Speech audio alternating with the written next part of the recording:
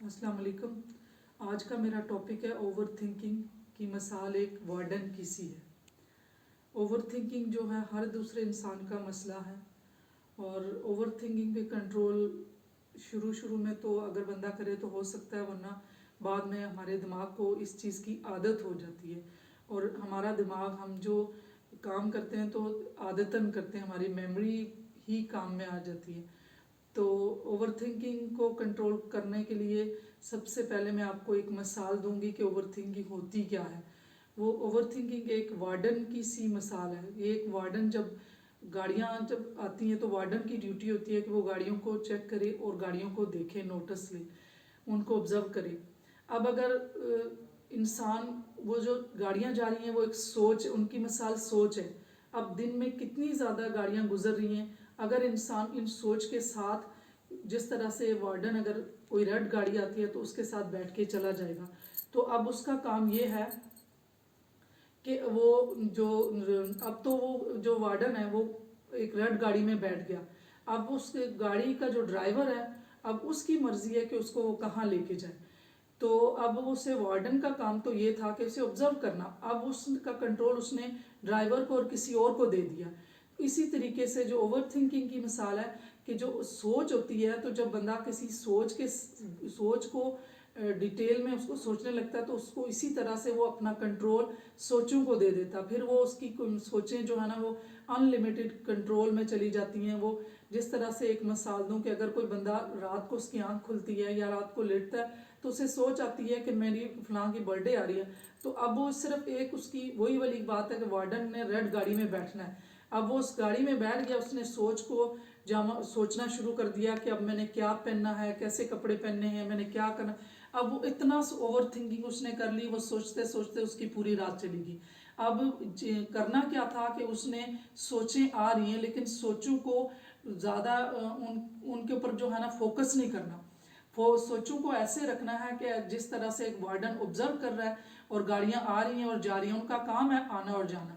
इसी तरीके से अब हमारा काम है कि हम जो अपनी थॉट्स आ रही हैं, हम जब अवेयर होंगे कि हमारी ये थॉट्स जो हैं ये आएंगी, इन पे हमने फोकस नहीं करना। फोकस हमने प्रेजेंट मोमेंट पे करना है और दिन में 2-3 बार हमने डीप ब्रीदिंग की या रिलैक्सिंग एक्सरसाइज करनी है।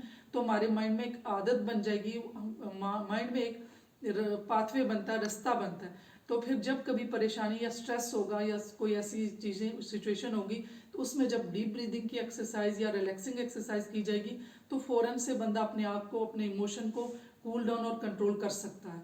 तो आई होप सो कि ये जो ओवर थिंकिंग की मैंने एग्जांपल दी आपको समझ आई होगी और इस पर कंट्रोल करेंगे। ओवर थिंकिंग में बाज़ औक़ात हम जो है ना मेंटल ट्रैप भी होता है, माइंड रीडिंग करते हैं, दूसरों का जो थॉट्स होती हैं या दूसरों की सोच को खुद से पढ़ने की कोशिश करते हैं। जिस तरह से कभी किसी ने गुस्से से आपसे बात की तो आप खुद से ये चीज़ें अज्यूम करने लगते हैं कि ये मुझसे नफरत करता है या मुझे ये समझता नहीं है, तो इस वजह से मेरे साथ जो है ना वो जो इसने इस तरह बात की। हालांकि ये कॉग्निटिव बायस है जिसमें माइंड रीडिंग है कि आप दूसरे के माइंड को खुद से अज्यूम कर रहे हो। हालांकि इस बात का कतई ताल्लुक नहीं है कि वो आपसे नफरत करता है। हो सकता है कि उस वक्त उसकी अपना मेंटल लेवल या अपना मेंटल स्ट्रेस या इमोशन ऐसा चल रहा हो कि जिसमें उसने आपको ऊंची आवाज़ में बात की है, तो आपने खुद से ओवर थिंकिंग शुरू कर दी और इस ओवर थिंकिंग को उसी की तरह कि आप इतना उसमें बैठ गए रेड गाड़ी की तरह और वो आपको कहीं से कहीं ले गई। जो आपके अंदर नफरत, आपके अंदर खुद से उस बंदे के खिलाफ नफरत, अपने आप के नफरत, और इतना लंबी पूरी की पूरी स्टोरी बना दी। हमारे माइंड को सिर्फ एक एक वर्ड चाहिए होता है, बाकी स्टोरी माइंड खुद बनाता है। तो हमें कोशिश करनी चाहिए कि हमारी परसेप्शन हर चीज़ के बारे में पॉजिटिव हो। हमारी परसेप्शन पॉजिटिव होगी तो एटलीस्ट हम अपने लिए तो पॉजिटिविटी जनरेट करेंगे और हमारी पॉजिटिविटी जनरेट होने से दूसरा जिस बंदा जो नेगेटिव है या जिसने हमारे लिए नेगेटिविटी क्रिएट की है उसको भी पॉजिटिव वेव जाएंगी तो वो भी पॉजिटिव हो जाएगा। आई होप सो कि मेरी छोटी छोटी मिसालों से आपको कुछ फ़ायदा पहुंचेगा और आप समझेंगे कि हम अपनी सोचों पे कंट्रोल कर सकते हैं। और अगर इंसान जो सोचे उनको कंस्ट्रक्शन के तौर पे यूज़ करे, ये तो यूज़लेस है ना, क्योंकि हमने जो काम करना है उसके लिए जो हमने सोचना है, एक बार हमने प्लानिंग करके सोच के रखेंगे तो फोकस्ड होंगी तो हम जो हमारा काम है, जो हमारा मिशन है, जिस बारे में हमने सोचा तो वो काम होके रहेगा। लेकिन जब हम एक थॉट करते हैं तो एक न्यूरॉन जो है ना वो क्रिएट होता है, तो वहाँ एक समझे कि ब्रेन में एक लाइट जलती है। तो जब हमने कोई एक थॉट रखी है और उस पर हम जो है ना छोड़ दिया, कोई प्लानिंग की है, कोई हमारा काम करने वाला, तो वो इसका मतलब है कि वो एक लाइट जली है और फिर वो एक लॉ ऑफ अट्रैक्शन की तरह वो काम आपका होके रहेगा। लेकिन अगर कभी एक चीज़ सोची है, कभी दूसरी सोची, तो इसका मतलब है कि माइंड भी कंफ्यूज है, कभी एक लाइट ऑन हो रही है, कभी दूसरी ऑन हो रही है। तो फिर जब मल्टीपल लाइट्स ऑन होंगी तो वो चीज़ें फिर आपकी तरफ अट्रैक्ट नहीं करेंगी, फिर वही मल्टीपल जो हब बजट चीज़ें आपकी तरफ आएंगी। एक ही चीज़ सोचें, कंस्ट्रक्शन वाली थॉट्स रखें और बाकी टाइम अपनी माइंड को खाली रखें, और माइंड को खाली रखने के लिए माइंडफुलनेस की टेक्निक करें और प्रेजेंट में रहें।